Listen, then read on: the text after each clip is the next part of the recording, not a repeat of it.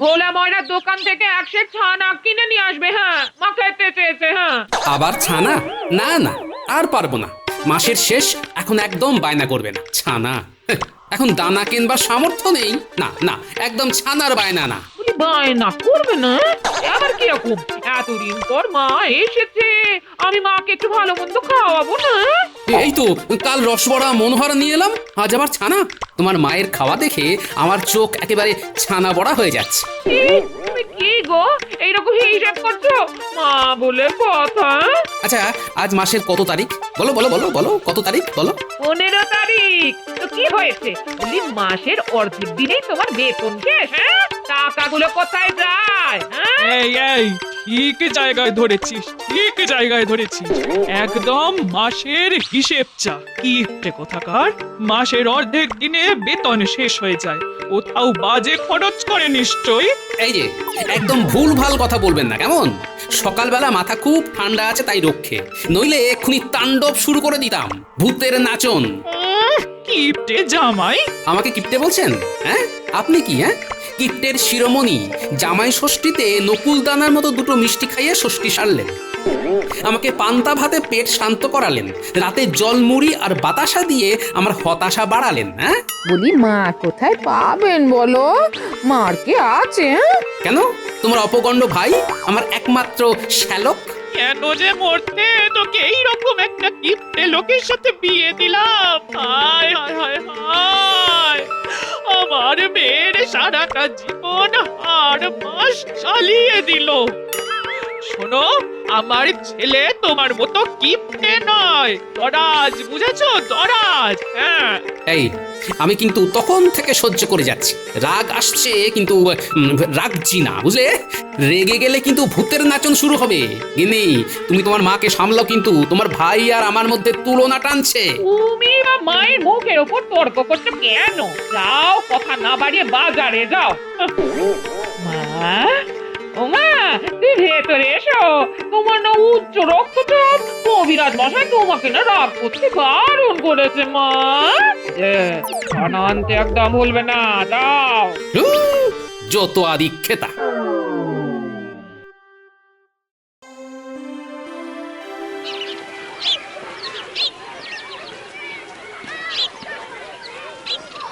কি গো, ফুলকপি কত করে?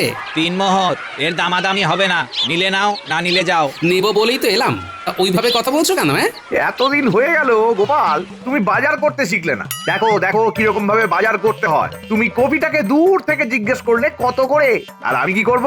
সোজা তুলে নেবো, বলবো ঠিক করে বল কত দেবো, উত্তর আসবে 3 মোহর। আর আমি কি করব? ফুলকপিটা সোজা ঝোলায় ঢুকিয়ে দিয়ে বলবো এই এই 2 মোহর রাখ, দামটা দেবো, তারপর চলে যাবো। চলাম। এই মন্ত্রী মশাই, পারবো না, 2 মোহর কেনা পড়ছে। যা, চলে গেল। বুঝলাম, নরম মাটিতেই বেড়াল আঁচড়ায়। তুমি কি নেবে গোপাল দাদা? তোমার কাছে কিছু নেব না, তুমি যা দাম বলছো এমনিতেই তেতে আছি, আর তেতে পুড়ে উঠতে চাই না। চলি। না না, তোমার সাথে খারাপ ব্যবহার করাটা উচিত হয়নি। এই নাও, এই নাও, তুমি এই ফুলকপিটা নিয়ে যাও, দাম ওই 2 মোহরই দেবে। মন্ত্রী মশাই তো পুরো আমাকে ঠকিয়েই নিয়ে নিলেন। মন্ত্রী মশাইয়ের কাজই তাই, সবাইকে ঠকিয়ে বেড়ানো। এবার থেকে সতর্ক হও, বুঝলে?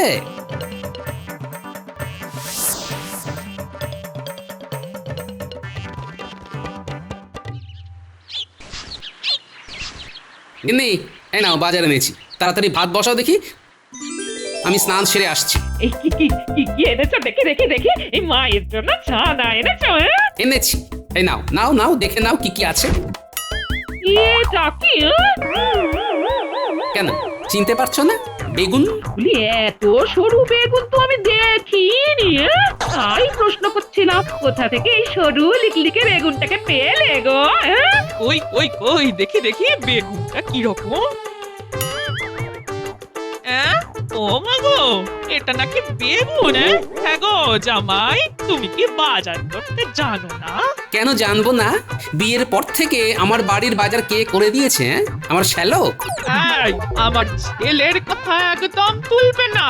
ও আমার সোনার চাঁদ ছেলে। হ্যাঁ, বাজারে গিয়ে এই রকম বাদুর তো সে বেগুন আনেনি কোনোদিন। হয়েছে হয়েছে, অনেক হয়েছে।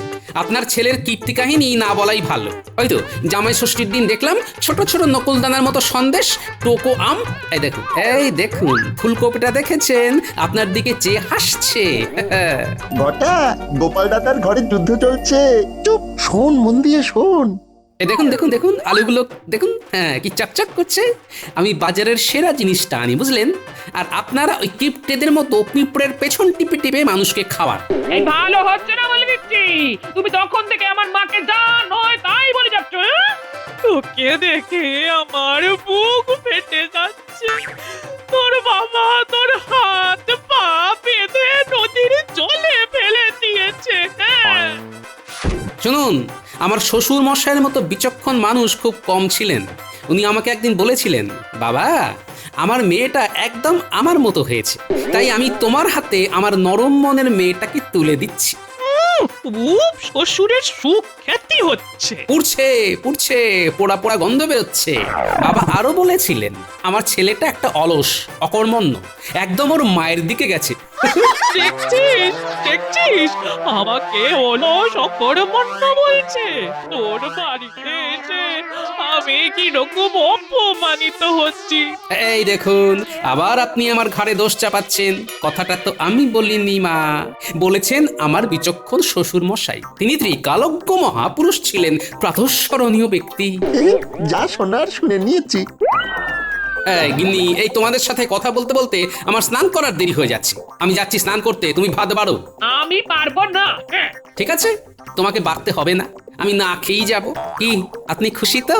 শাশুড়ি মা আমার ভর ভরন্ত সংসারে আগুন লাগিয়ে দিলেন তো? বেশ ভালো থাকুন।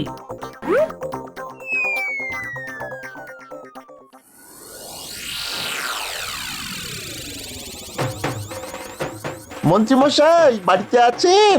আমরা একটা বিরাট খবর নিয়ে এসেছি। কি বটা ঘটা? হ্যাঁ মন্ত্রী মশাই, খবর আছে। আসছি, দাঁড়া।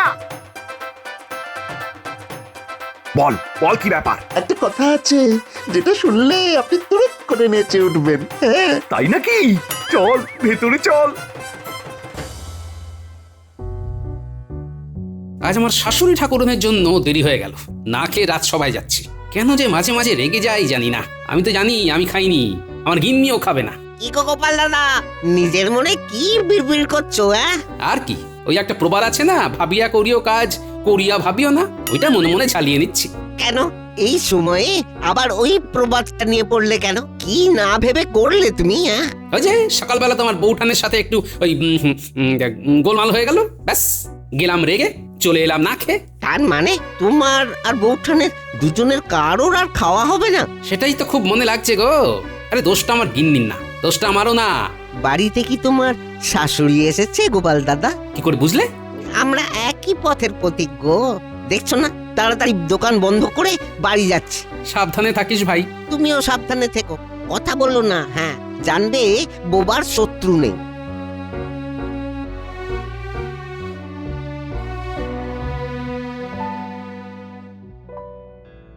ও গোপাল, তুমি এই রকম থম মেরে বসে আছো কেন? ও কিছু নয় মহারাজ, ওই মন ঠিক নেই। আমি গোপালের মন খারাপের কারণ জানি, শুনবেন মহারাজ? হ্যাঁ শুনবো, বলুন মন্ত্রী মশাই, আপনি বলুন। না না, কারো ব্যক্তিগত কথা শুনতে আমার ভালো লাগে না। এইসব আলোচনা বন্ধ হোক। কুঞ্চিত করে মুখ, কর্ণপটহে ঢুকাইতে সুখ, ইহাকে পরচর্চা বলে। মন্ত্রীমশাই শোনাইতে চান আমাদের গোপালের দুঃখের গান। রাজবৈদ্য শুনিবে বলিয়া এলো চলে। থাকুক, কারোর কোনো গোপন কথা শুনবো না।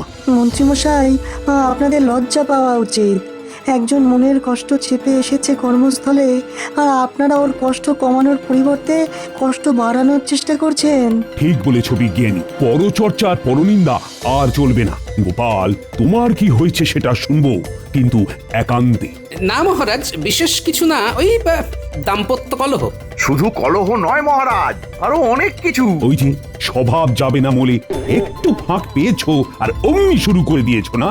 পরের কষ্টে তুমি খুব আনন্দ পাও, যেন তোমার জীবনে কোনোদিন তোমার গিন্নির সাথে দাম্পত্য কলহ হয়নি। এই তো দুদিন আগেই তোমার গিন্নি তোমাকে রেখে বাপের বাড়ি চলে গেছিল। ঠিক আছে মহারাজ, আর ভুল হবে না। দাঁড়াও গোপাল, আগুনে কেমন করে ঘি দিতে হয় সেটা আমি জানি।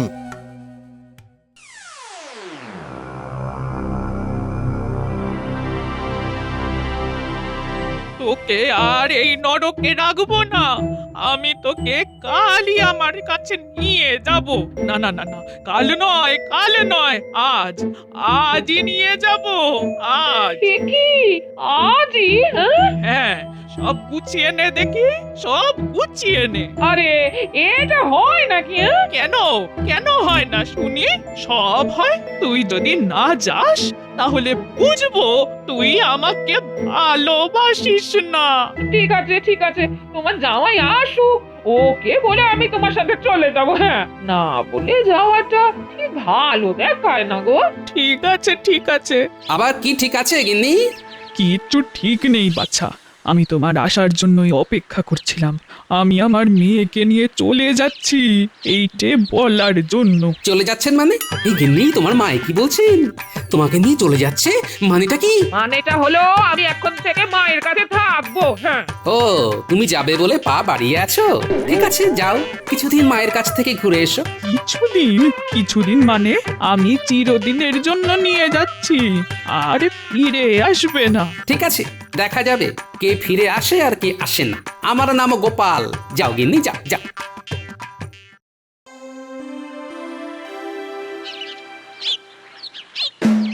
আরে গোপাল দাদা, বড্ড কষ্ট হচ্ছে না হাত পুড়িয়ে রান্না করতে? অভ্যেস নেই তো?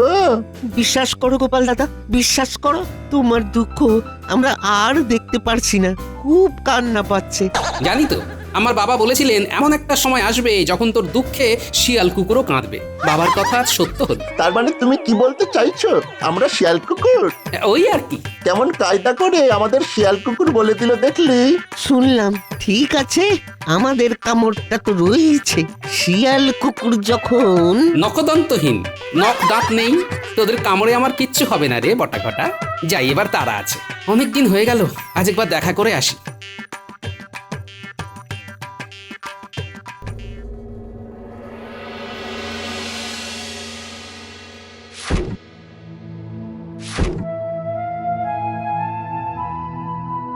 বলে কতদিন তো হয়ে গেল, একবার খোঁজ নিতে এলো না। কি রে, কি ভাবছিস? জামাইয়ের কথা দেখলি তো কিরকম মানুষ, তোর খোঁজও নিল না। আমার ঘরের চৌহদ্দির মধ্যে দেখলে কিন্তু আমি দূর দূর করে তাড়িয়ে দেব, এই বলে দিলাম। হ্যাঁ, শোন মা, আমি একটু আসছি, তুই ঘরে থাক, আমি যাব আর আসবো। ওই 3 কড়িদের ওই জমিটা আমার খুব পছন্দ, ওটার দাম করতে যাচ্ছি।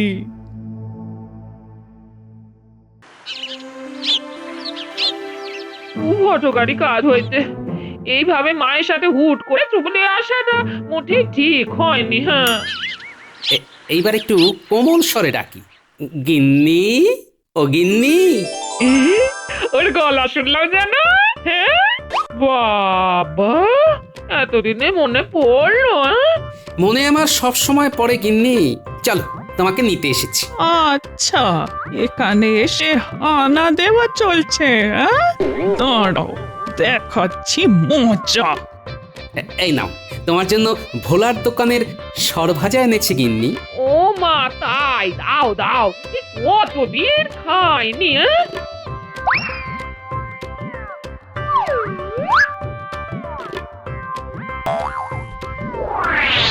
এবার তোমাকে রোজ সরভাজা, রসবড়া, ছানা বড়া খাওয়াবো।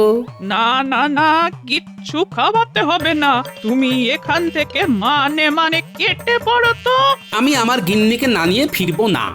আমার মেয়েকে আমি ছাড়বো না। হ্যাঁ, কিন্তু ভারী মুশকিল হলো, আমি আমার বিয়ে করা বউকে বাড়ি নিয়ে যেতে পারবো না। হ্যাঁ, তুমি না বলি জামাইয়ের সাথে কি এইরকম ব্যবহার কি করে?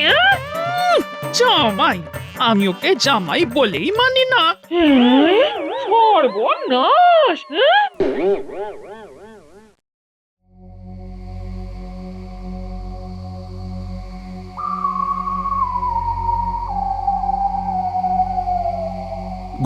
গোপালের কোনো খবর জানো? গোপালের জন্য তো ভীষণ চিন্তা হচ্ছে। মহারাজ, গোপাল মণিহারা ফণি হয়ে পথে পথে ঘুরে বেড়াচ্ছে। হ্যাঁ, মণিহারা ফণি?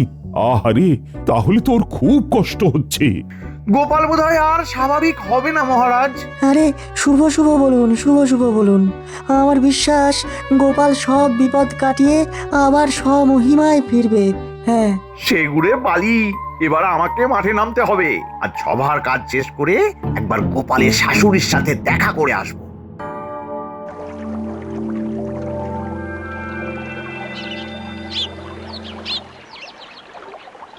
ওই যে আসছে। উফ, বড্ড দেরি করে ফেললো। এই একটু দেরি হয়ে গেল। মা তিন করি দাদার কাছে গেল আর আমি চলে এলাম। তোমার মা তিন কড়ি দাদার কাছে কেন গেছে? আর বলো না, ওই তিন করি দাদার একটা জমি মায়ের খুব পছন্দ হয়েছে। ওই 1 বিঘে জমিটা কেনবার জন্য প্রায় প্রতিদিন মা তিন করি দাদার কাছে যাচ্ছে। হ্যাঁ, তার মানে কিছু একটা ব্যাপার আছে। দেখতে হচ্ছে। দাম কত চাইছে কিছু জানো? এই 500 মোহর। বুঝেছি, তোমার মায়ের কাছে এখন 500 মোহর নেই, কিন্তু জমিটা পেতে হবে।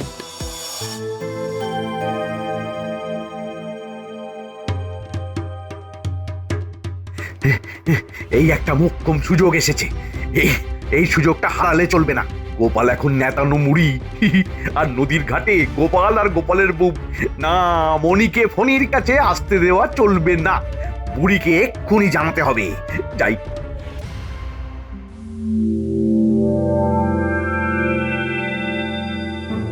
দূর, এইরকম করে পালিয়ে পালিয়ে কি দেখা করা যায়? হ্যাঁ? ওদিকে মা একেবারে খড়গহস্ত। হ্যাঁ, দাঁড়াও, একটা উপায় বার করেছি।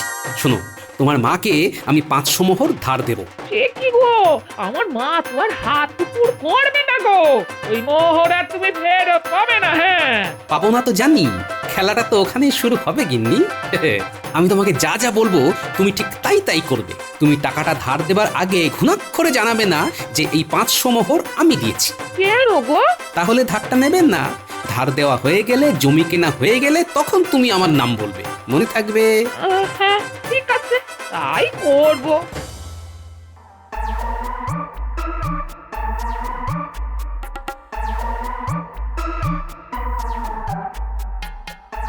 পায়ের ধুলো দিন মাসিমা। কে বাবা? তোমাকে তো চিনতে পারলাম না। আপনি আমাকে চিনতে পারেননি? না গো বাচ্চা, বয়স হয়েছে তো, চোখে বড় একটা দেখতে পাই না। আমি কৃষ্ণনগরের মন্ত্রী। এবারে চিনতে পেরেছেন? ও বাবা, তুমি? তুমি কত ভালো, গুরুজনদের ওপরে কত ভক্তি। আমার জামাইয়ের মতো না। আমার জামাই খুব বাজে, খুব বদমাস। আরে, আপনার জামাই মানে আমাদের গোপালকে তো দেখলাম নদীর ধারে বসে আছে আপনার মেয়ের সাথে। ওরে বাবা, বদমাস জামাই রে। তোরা দেখাচ্ছি মজা। এবার বুঝবে কত ধানে কত চাল।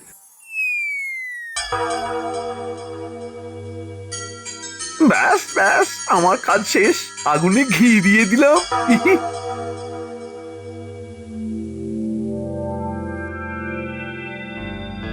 বুঝলে গিন্নি, তোমার অভাব প্রতি মুহূর্তে অনুভব করছি। আমিও জানো, তো কি করা যায়? তোমার মাকে টাকা ধার দেব, এরপর দেখবে মজা। মজা এবার আমি দেখাবো তোমাকে বাচ্চা। তুমি তো খুব নির্লজ্জ দেখছি। এই এই তুমি যাবে না গ্রামের লোক ডাকবো? যাচ্ছি যাচ্ছি যাচ্ছি।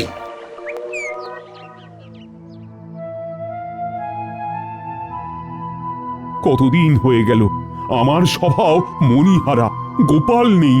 বিজ্ঞানী, তোমার সাথে এর মধ্যে কি দেখা হয়েছে? না মহারাজ, আমি আর সভাকবি তিনবার ওর বাড়িতে গিয়েছিলাম। ঘরে বিরাট তালা।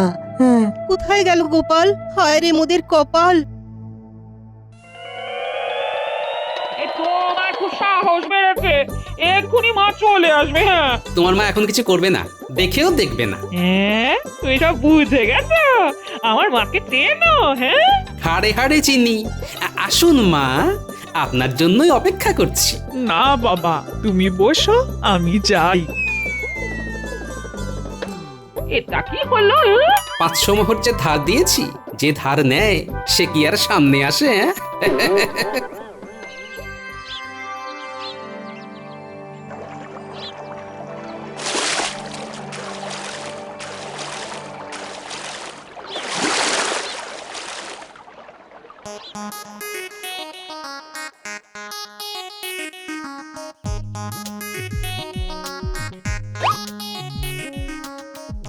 কি গিন্নি, কি বুঝলে? তোমার সাথে আমার যতবার দেখা হবে ঠিক ততবার আমাকে দেখেই শোধ দেবার ভয়ে পেছন ফিরে দৌড় দেবে। কিন্তু এবার আমাকে নিয়ে চলো। আজই আমি তোমাকে বাড়ি নিয়ে যাব। চলো, তোমার মায়ের সাথে দেখা করে আসি। মা আমাকে ছাড়বে? চলো না, দেখোই না কি হয়।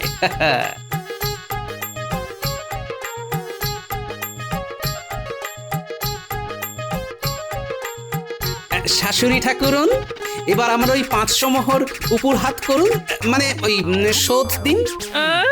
আমার কাছে এই মুহূর্তে তো অত পয়সা নেই। তা বললে তো চলবে না, কিছু একটা দিতে হবে। শুনুন, আপনার মেয়েকে নিয়ে যাচ্ছি, আর আপনার ওই নতুন জমিটা আপনার মেয়েকে লিখে দিলেই ধার শোধ। ঠিক আছে, ঠিক আছে, তাই হবে। তাহলে চলো গিন্নি। আমরা আসি মা। আসি শাশুড়ি ঠাকুরন, 1 বিঘে জমি আর আপনার মেয়ে মানে আমার বউকে নিয়ে চললাম, কেমন?